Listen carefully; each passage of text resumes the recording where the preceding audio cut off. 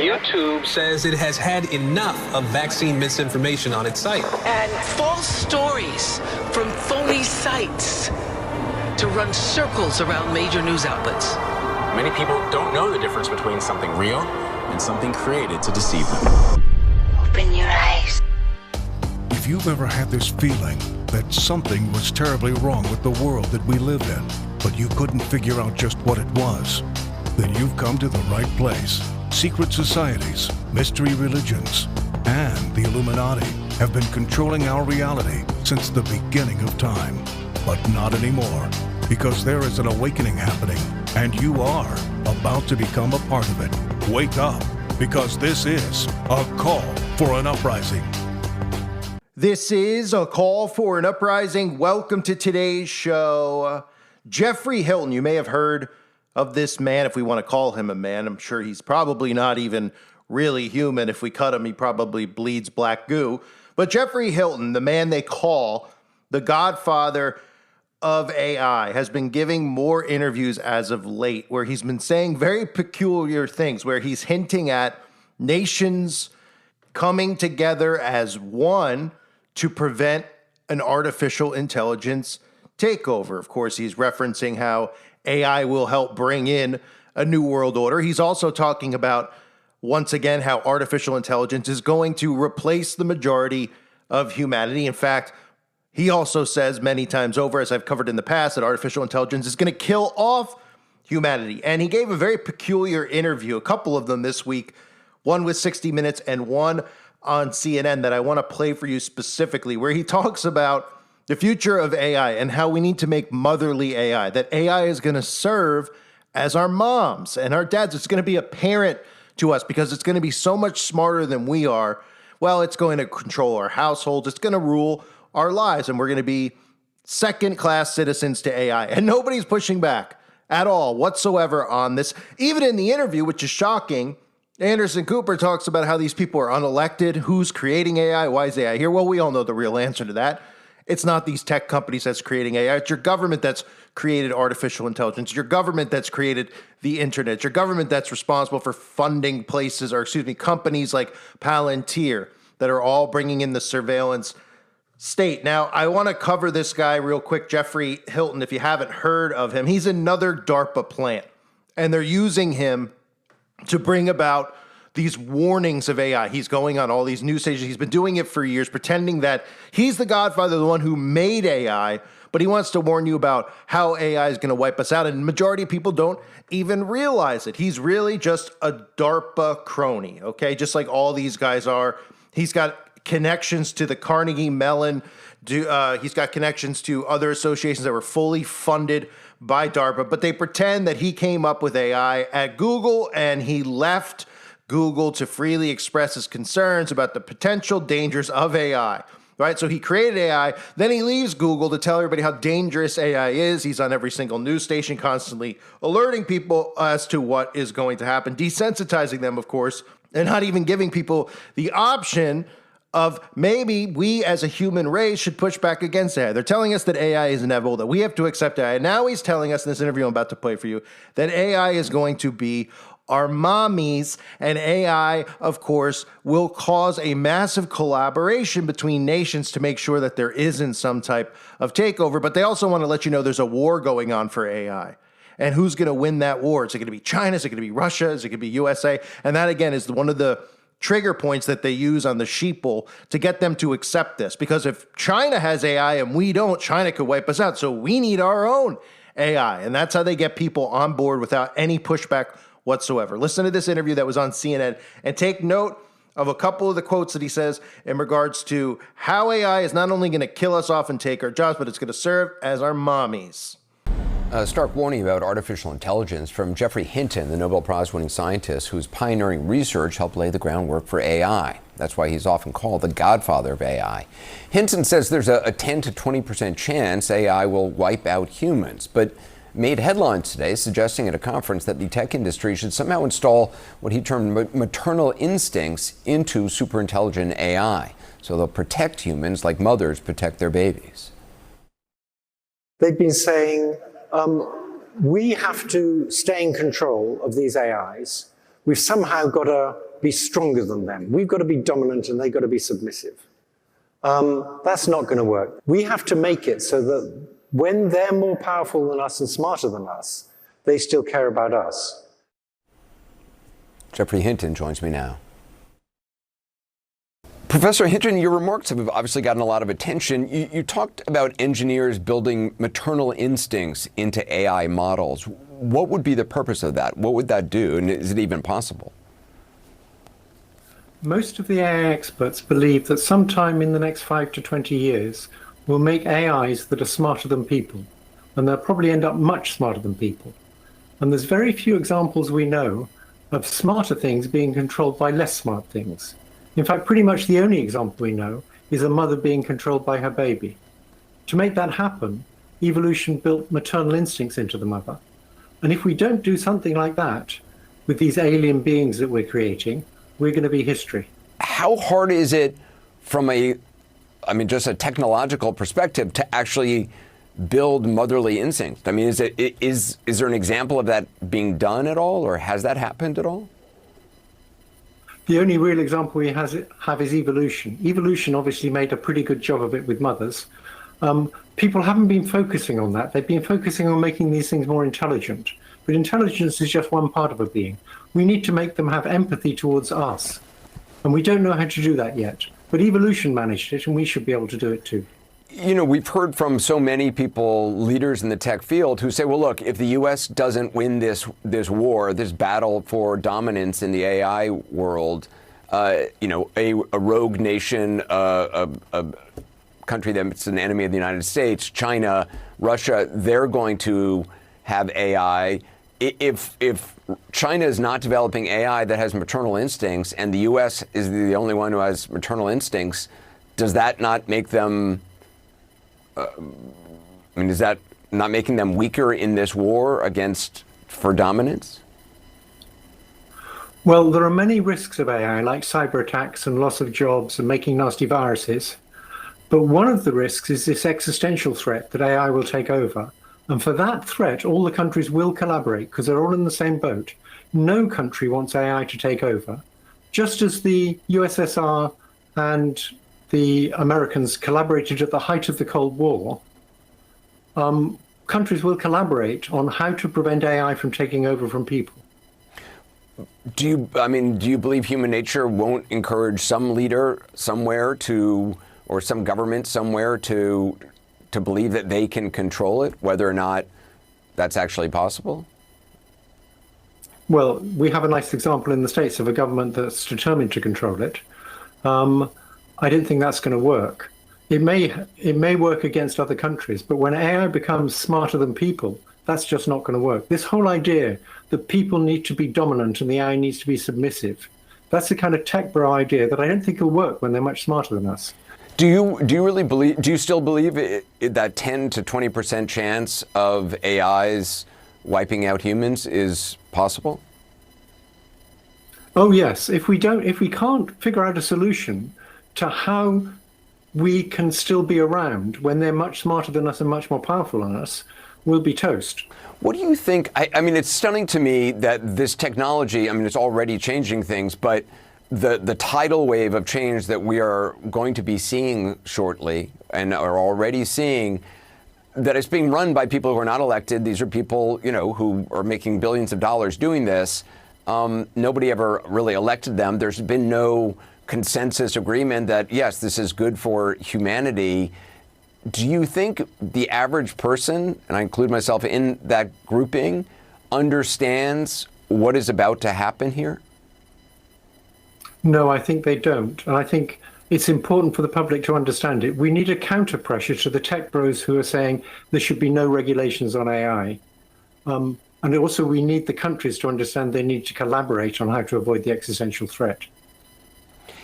What do you think it does to initiative for, I have a 3-year-old and a 5-year-old. I'm very worried about, what world they're going to have in 10 years when, if there's machines that do everything better than humans do, what's the initiative for people to strive to become good at something? One thing we know about mothers is mothers genuinely care about their babies, and they do whatever they can to make life interesting for the babies and to make the babies grow and realize their full potential. So if we have super intelligent AI looking after us, we may be able to get the same thing. Geoffrey Hinton, it's a real pleasure to talk to you. Thank you. Thank you. So you may have also noticed that he called them alien beings, which is interesting that we're now starting to hear artificial intelligence referenced as alien beings. This is becoming a new phrase that we're hearing them use more and more out in the open. So they're calling AI now alien beings. And he's also saying that artificial intelligence has no empathy towards humans whatsoever. So that's great. Let's build it out, right? And then he goes on to tell us about how the majority of society has no idea what's coming and they have no idea what AI is. And this is something I've often talked about with how they get people on board with this tech. They release stuff that they've had the ability to do for a long time, right? We know how they have these, all of these AI apps that you can use to create images, to do all sorts of things, to deep fake, the Keanu Reeves stories that I've covered in the past where people can't even tell the difference between AI and real life anymore. They release those things to get people on board with it so that they play around with it, they entertain themselves with it, and they fall in love with it, just like they did Facebook. The whole plan with Facebook, like I covered in my last video, with LifeLog was to get people online to start submitting their own photos, their own geolocations, telling people where they are during the day, telling people what they're thinking every time something happens in their life. They got people to willingly do that. And now people willingly participate, and they think we're all crazy for saying that they're participating in a government operation. They think that they've signed up freely for a company like Facebook, and they're doing all that stuff as willing participants in interacting with their family members and all their friends who they don't get to see every single day. They're completely brainwashed. And this is another way that they've gotten people on board with AI.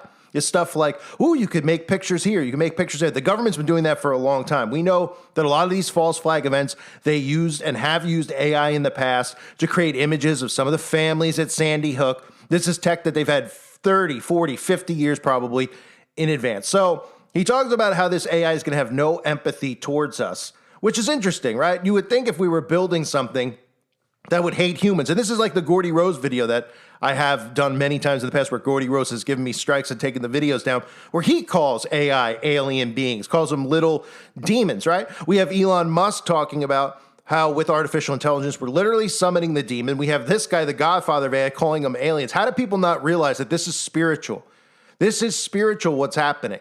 They think that it's all just technology with chips. Gordy Rose breaks down how they have to keep these chips at a certain temperature, and they summon these things into these chips. And we know that obviously frequencies is something that they use. It's something used in witchcraft, right? We even have Elon Musk talking about telekinesis and telepathy. So all of this stuff is happening right in front of us, and they've blinded people to the spiritual realm because they now call it the digital realm. We have the physical realm and the spiritual realm. And the spiritual realm has been replaced with the word digital realm. And that's stuff you see with Meta. That's some of this insane technology that you see where they're telling you that, well, some people are creating this in a lab and there's no empathy with these things towards us. It's because these things are demonic beings. That's what they are. And it's like mind-blowing that people out there who are Christian can't even see the correlation in Scripture with, demonic beings being real. How many times do we, how many stories are in the Bible about Jesus giving exorcisms, or how many, people were demonically possessed? Of course, the people with the pigs went off the cliff. I mean, there's so many stories, but people don't believe it's actually real because they've been desensitized because of movies like The Exorcist every month coming out, where they think it's fictional, that, demonic possession is real, and demons they don't believe are real, but they actually believe that aliens in a spacecraft are real. So I want to show you this clip because remember that what he said as well. He said all countries will collaborate and make sure that AI doesn't take over because it'll be in the best interest of humans to join forces with one another against AI. How interesting. It sounds a lot like that clip that Ronald Reagan said at the United Nations many years ago about how it would take some type of outside force, some alien beings, to actually get the world to unite as one. Perhaps we need some outside universal threat. I occasionally think how quickly our differences worldwide would vanish if we were facing an alien threat from outside this world. And yet, I ask you, is not an alien force already among us? What could be more alien to the universal aspirations of our peoples than war and the threat of war. So this could be something that we actually see. We see potentially false flags around artificial intelligence, right? Ooh, this country, the AI turned on this country. This country's AI turned on another country. Now the countries need to get together as one. There needs to be a treaty. There needs to be collaboration. There needs to be what? AI governance that's controlled by all of these countries working together to make sure that AI doesn't get out of hand, right? And when you hear him talking about all this stuff, don't forget, when he talks about super intelligence, he's referring to AI that surpasses human intelligence, which it already has. I mean, let's be real. I mean, it's hard not to laugh when we're talking about human intelligence in 2025, because we're literally seeing people who have their own shows, who have their own podcasts. Everybody's got something now in 2025. And all of these people think they know what's actually going on. And we obviously know the majority of people have zero intelligence, because the stuff they're talking about is all government psychological operations. All these things with flight logs and all this stuff with politics and the woke stuff. This is all government created to keep people divided, to keep people living in a simulation. And that's what they're living in. So there is no intelligence. People are literally living in a mirage right now in the year 2025. But when he talks about superhuman intelligence, remember, that's preparation for transhumanism. Because once they start telling you, that's what they don't want to announce yet, because people don't understand what AI is. But when AI starts replacing human beings, that's when they're going to come in and they're going to say, look, AI is taking everyone's jobs. The only way to keep up with AI, to be able to employ yourself, to be able to do this and not live on universal basic income, is to merge with machine. Because then you'll be the super intelligence. You'll be smarter than AI, because you'll be a combination of computer and human.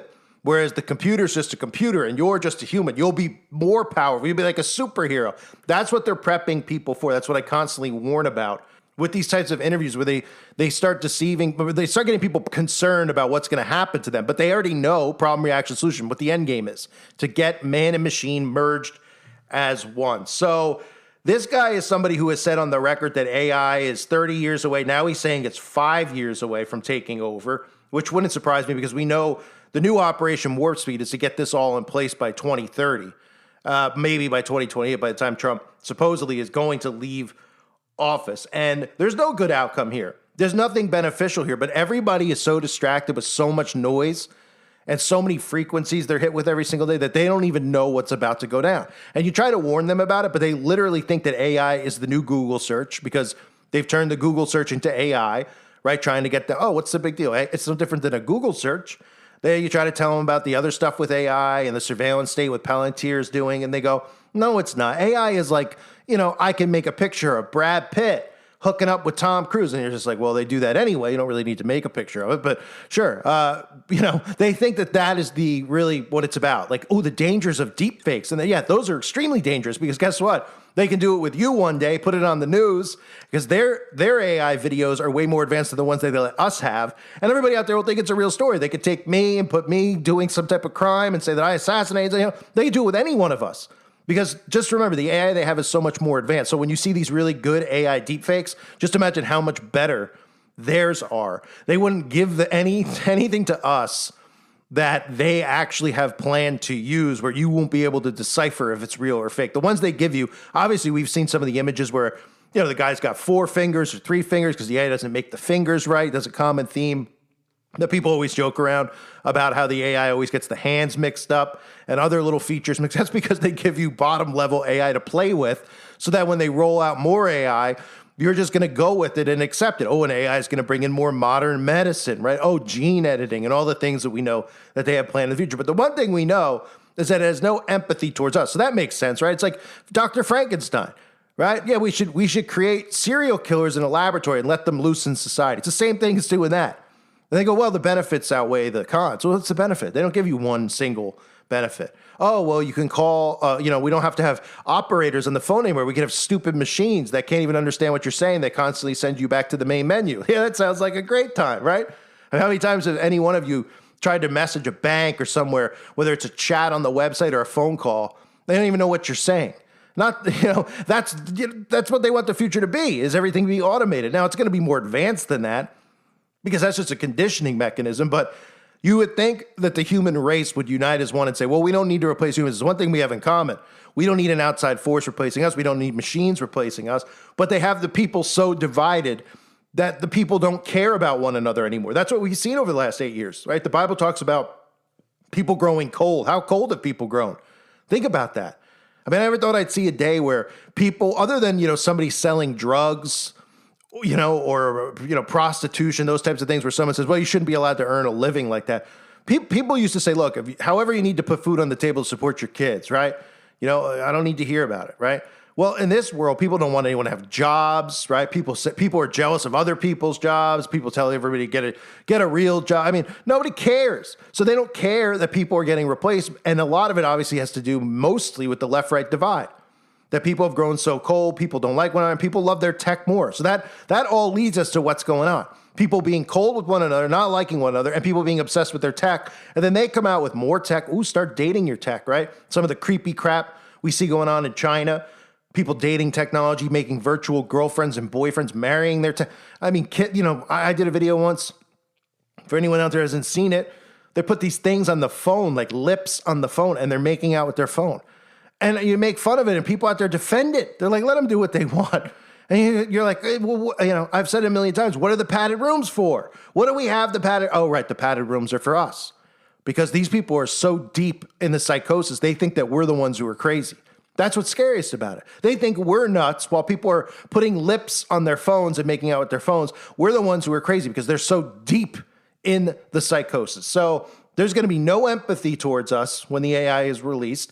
They want to train the AI to be our mommies now. So the AI could, come into the household and take control of the family, right? Because the parents are too stupid. The AI is smarter. So great. Get the kids all raised to think that they're one gender and all this other crap that we know that they want to push, this Baphomet agenda. Yeah, it makes perfect sense, right? They could push these guys and put them on the news and it goes in one ear, out the other ear. That's what's amazing about it. There's no people in the streets. There's no people heading to Washington. Nothing.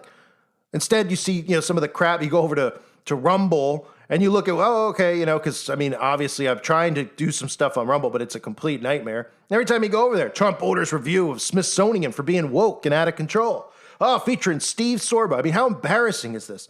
Guy's got a Patriot hat on. This is what they care about. This is what they talk about, this stuff. While they're telling you flat out, we're going to make this machinery that's going to replace you, kill you, has no empathy towards you. You have Elon Musk telling you that we're summoning demons with this tech, and nobody sees the spiritual aspect of everything that's actually going on because they're looking at crap like this. Let's get rid of the Smithsonian for being woke and having slavery crap. Hey, newsflash, all history is fake. So anything you see in the Smithsonian, take it with a grain of salt. Just like anything you hear in school, anything you read in a history book, okay? It's all manipulated. But they want you to be distracted so you don't pay attention to what's coming. And that's the scariest part. I thank everybody for being here. Hope you're all doing well. God bless you and your families as always.